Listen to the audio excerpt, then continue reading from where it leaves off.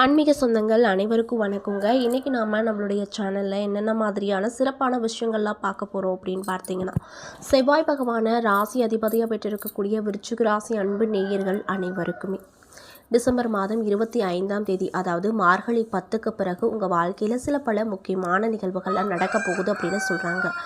அந்த விஷயங்கள்லாம் என்ன, மேலும் நீங்கள் இந்த காலகட்டத்தில் என்னென்ன மாதிரியான விஷயத்தில் ரொம்ப ஜாக்கிரதையாக இருக்கணும், என்னென்ன விஷயங்கள்லாம் பண்ணணும் பண்ணக்கூடாது, பரிகாரங்கள் மாதிரி ஏதாவது விஷயங்கள் உங்களுக்கு சொல்லியிருக்காங்களா, அந்த விஷயங்கள்லாம் என்ன, ஆக மொத்தத்தில் உங்களுக்கு இந்த மார்கழி மாதத்தில் நடக்கக்கூடிய சிறப்பான விஷயங்கள் என்ன, அசுப பலன்கள்லாம் என்ன அப்படிங்கிறத பற்றி தான் நான் இன்றைக்கி இந்த பதிவின் மூலியமாக உங்ககிட்ட முழுமையாக ஷேர் பண்ணிக்க போகிறேன்.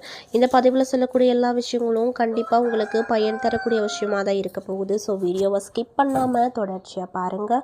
அது மட்டும் இல்லாமல் உங்களுக்கு முருகப்பெருமானை ரொம்ப ரொம்ப பிடிக்கும் அப்படின்னா அந்த வீடியோக்கு ஒரு லைக் பண்ணிவிட்டு, உங்களுடைய ஆள் மனதில் நிறைவேறாத விஷயம்னு சொல்லிட்டு நிறையவே இருக்கும், அதில் ஏதோ ஒரு விஷயம் நடக்கணும்னு சொல்லி மனதார வேண்டிட்டு நம்மளுடைய கமெண்ட் பாக்ஸில் ஓம் முருகா போற்றி போற்றி அப்படின்னு சொல்லி மறக்காமல் பதிவிடுங்க. இந்த தருணத்தில் நீங்கள் அவரை நினச்சி இப்படி ஒரு விஷயம் பண்ணும்போது கண்டிப்பாக நீங்கள் என்ன விஷயம்லாம் நடக்கணும்னு சொல்லி மனதார நினைக்கிறீங்களோ அந்த விஷயங்கள் அனைத்துமே ஒரு நிச்சயமாக நடத்தி கொடுப்பாரு. ஸோ இப்போ வாங்க நம்ம வீடியோக்குள்ளே போய் முழுசாக பார்த்து தெரிஞ்சுக்கலாம். விருச்சிக ராசிக்காரர்களுடைய குணங்கள் அப்படிங்கிறது எப்படி இருக்கும் அப்படின்னு பார்த்தீங்கன்னா, விருச்சிக ராசி சந்திரனின் நீச்சம் ராசியாக சொல்லப்படுது. செவ்வாய் பகவான் ஆட்சியாக உள்ள ராசியாகவும் சொல்லப்படுது. அது மட்டும் இல்லாமல் கார்த்திகை மாதம் சூரிய பகவான் இந்த ராசியில் இருப்பார்.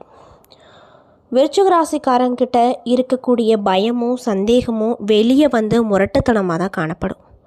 அன்பு செலுத்துவதிலையும் பகை பாராட்டுவதிலும் உச்சத்துக்கே இவங்க சென்றுடுவாங்க அப்படின்னு சொல்லப்படுது. விருச்சிக ராசிக்காரங்க எதையும் அரைகுறையாக விட்டு செல்லவே மாட்டாங்க. எல்லாத்தையுமே முழுமையாக விசாரித்து அதுக்கப்புறம் தான் அந்த விஷயம் பண்ணலாமா வேண்டாமா அப்படின்னு ஒரு முடிவு எடுப்பாங்களாம். விருச்சிக ராசி அப்படிங்கிறது நீரை குறிக்கக்கூடிய ராசி அப்படிங்கிறதுனால இவருடைய மனம் அப்படிங்கிறது கடல் நீரை போல ஆழமாகவும் ரொம்பவே நிறைய விதமான மர்மங்களை நிறைந்ததாகவும் இருக்கும். ரொம்பவே அமைதியாக இருப்பாங்க. திடீர்னு உணர்ச்சி வசப்படுவாங்க. இவங்களுக்கு மன அழுத்தமும் குழப்பமும் அதிகமாக இருக்கும். வெறித்தனமாக கடும் வேகத்தோடு எல்லா வேலையும் செஞ்சு முடிப்பாங்க.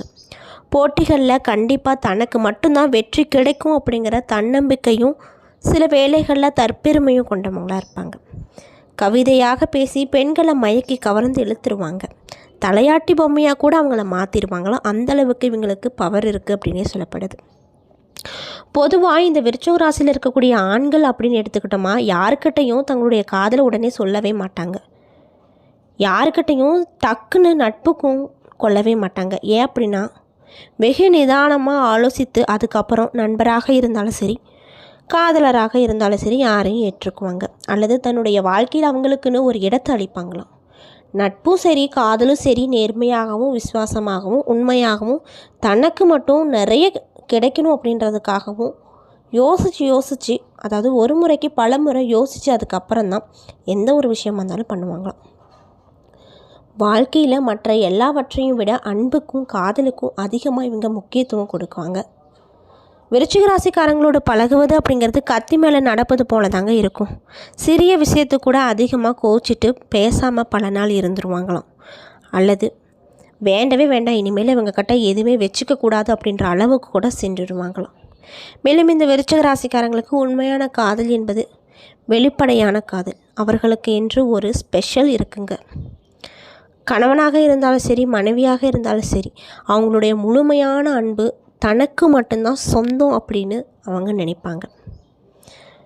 விருச்சிக ராசி ஆண் மிக நிதானமாகவே தங்களுடைய நண்பர்களை தெரிந்து செய்வாங்க. ஒரு வேலைக்கு போவதாக இருந்தாலும் சரி 10 முறை ஆலோசித்து 11ஆவது முறை தான் அந்த வேலையை தெரிவு செய்வாங்க. தனக்கான எதிர்கால திட்டங்களை மிக நிதானமாக யோசித்து வரையறுத்து கொள்வாங்க. வேலை பார்க்கும் இடத்துல முதலாளிகளுக்கு விசுவாசமாகவும் தன்னால் இயன்ற முழு நேரமும் முழு விஷயத்தையும் பணிகளில் போட்டு அவங்களுக்கு பெருமையை சேர்த்து கொடுப்பாங்களாம். மேலும் இந்த விருச்சிக ராசிக்காரங்களுக்கு பொய் புரட்டல் பித்தலாட்டம் என்பது தெரியாது. யாராவது தன்னை ஏமாற்ற நினைத்தாங்கன்னா அவங்கள அடியோடு காலி செஞ்சுருவாங்க. அந்தளவுக்கு இவங்களுக்கு பவர் அதிகமாக இருக்கும். இப்படிப்பட்ட அன்பு நேயர்களுக்கு இந்த காலகட்டம் என்னென்ன விதமான மாற்றத்தை தரப்போகுது, நீங்கள் என்ன விஷயத்தில் ரொம்ப ஜாக்கிரதையாக இருக்கணும், என்னென்ன விஷயம்லாம் பண்ணணும் பண்ணக்கூடாது அப்படிங்கிறத பற்றி தான் நான் இந்த பதிவில் உங்கள்கிட்ட சொல்ல போகிறேன். இந்த பதிவில் சொல்லக்கூடிய எல்லா விஷயமும் விருச்சிக ராசிக்காரங்களுக்கு ரொம்பவே பயன் தரக்கூடிய விஷயமாக தான் இருக்க போகுது. ஸோ வீடியோ ஸ்கிப் பண்ணாமல் தொடர்ச்சியாக பாருங்கள்.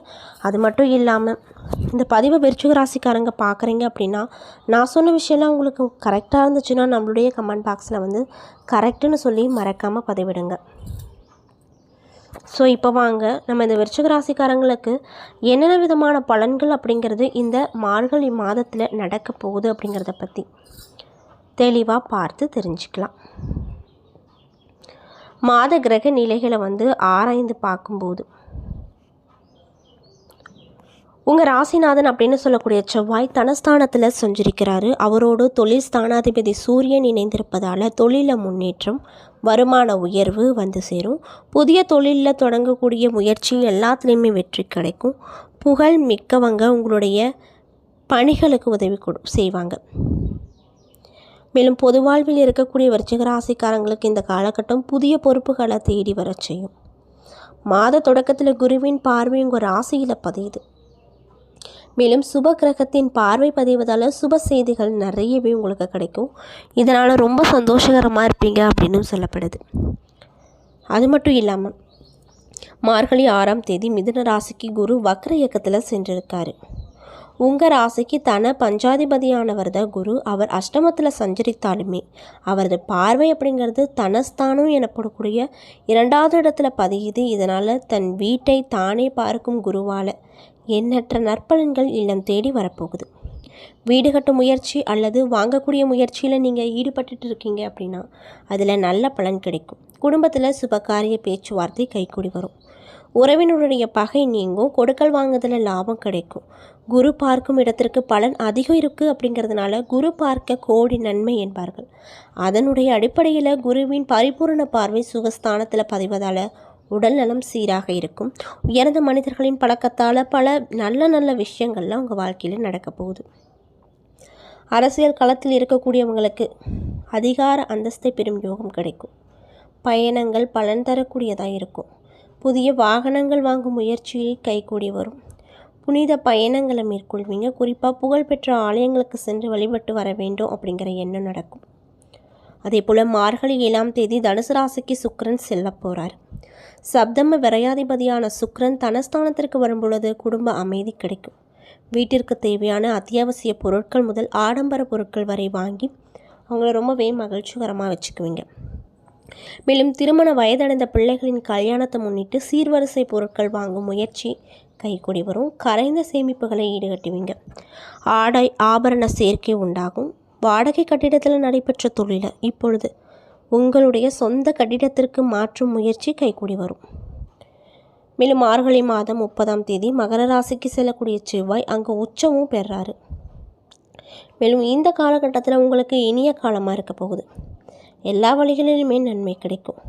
ராசிநாதன் செவ்வாய் வலிமை அடைவதால் யோசிக்காத செய்த காரியங்களிலும் வெற்றி கிடைக்கும். பூமி யோகம், பிள்ளைகளின் வழியில் நல்ல காரியமும் நடைபெற சூழ்நிலையும் உருவாகும். நினைத்ததை நினைத்த நேரத்தில் செய்து முடிப்பீங்க. மேலும் பொது வாழ்வில் ஈடுபட்டு இருக்கக்கூடியவங்களுக்கு மக்கள் செல்வாக்கு அதிகரிக்கும். வியாபாரம் மற்றும் தொழில் செய்பவர்களுக்கு கூடுதல் லாபம் கிடைத்து மகிழ்ச்சிகரமாக இருப்பீங்க. உத்தியோகத்தில் இருக்கக்கூடியவங்களுக்கு உயரதிகாரிகளின் ஆதரவு அதிகமாக கிடைக்கும். கலைஞர்களுக்கு புகழும் புதிய ஒப்பந்தங்களும் சேரும். மாணவ மாணவிகளுக்கு படிப்பில் முன்னேற்றம் கிடைக்கும். பெண்களுக்கு குடும்ப பொறுப்பு கூடும். கொடுக்கல் வாங்குதலில் ஆதாயமும் கிடைக்கும். மேலும் உங்களுக்கு மகிழ்ச்சி தரக்கூடிய நாட்கள் டிசம்பர் 26, 27, ஜனவரி 5, 6, 9, 10 அப்படின்னு சொல்கிறாங்க. என்ன நண்பர்களே, இந்த பதிவுகளில் விருச்சிக ராசி அன்பு நேயர்கள் அனைவருக்கும்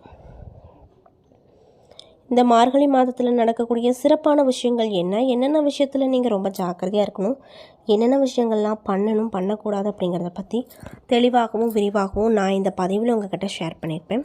இந்த பதிவில் சொல்லியிருக்கக்கூடிய எல்லா விஷயமும் கண்டிப்பாக உங்களுக்கு பயன் தரக்கூடிய விஷயமாக தான் அமைஞ்சிருக்கும். ஸோ வீடியோ பிடிச்சிருந்தா லைக் பண்ணுங்கள், ஷேர் பண்ணுங்கள். அது மட்டும் இல்லாமல் இது போன்ற ஆன்மீகம் சார்ந்த வீடியோஸ் எல்லாம் நீங்கள் முழுசாக பார்க்கணும் அப்படின்னு ஆசைப்பட்டா நம்ம சேனலை மறக்காமல் சப்ஸ்கிரைப் பண்ணிவிட்டு பாருங்கள். அப்போ தான் நம்ம சேனலில் போடுற எல்லா வீடியோவுமே நோட்டிஃபிகேஷனாக உங்கள்கிட்ட உடனுக்குடனே வந்து சேரும். நன்றி.